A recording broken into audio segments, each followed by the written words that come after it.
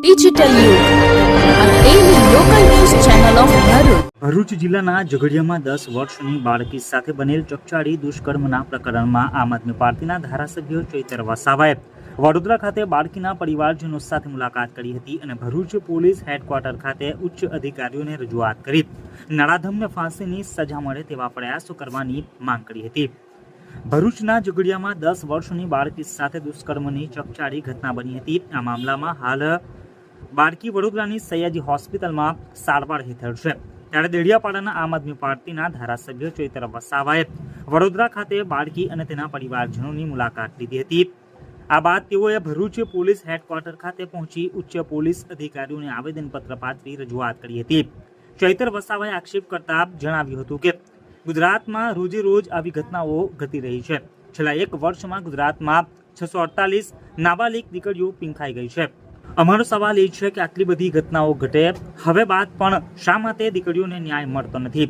અમારી માંગ છે કે આવા કેસો માટે સ્પેશિયલ ફાસ્ટ ટ્રેક કોર્ટમાં કેસો ચલાવવામાં આવે અને આવા નરાધમોને ફાંસીએ લટકાવવામાં આવે તેવી માંગ ધારાસભ્ય દ્વારા કરવામાં આવી હતી.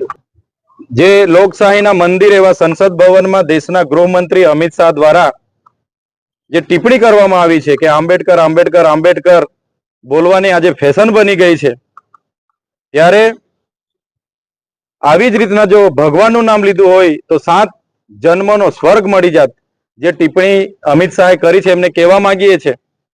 જે ભૂતકાળમાં મનુવાદીઓની વર્ણ વ્યવસ્થાઓ હતી એમાં SC ST OBC માઇનોરિટી કે જે પણ વંચિતો હતા એમને શિક્ષણ તો દૂરની વાત છે, એમને સ્વતંત્ર રીતે ફરવા બોલવા બેસવાના પણ અધિકારો નહોતા.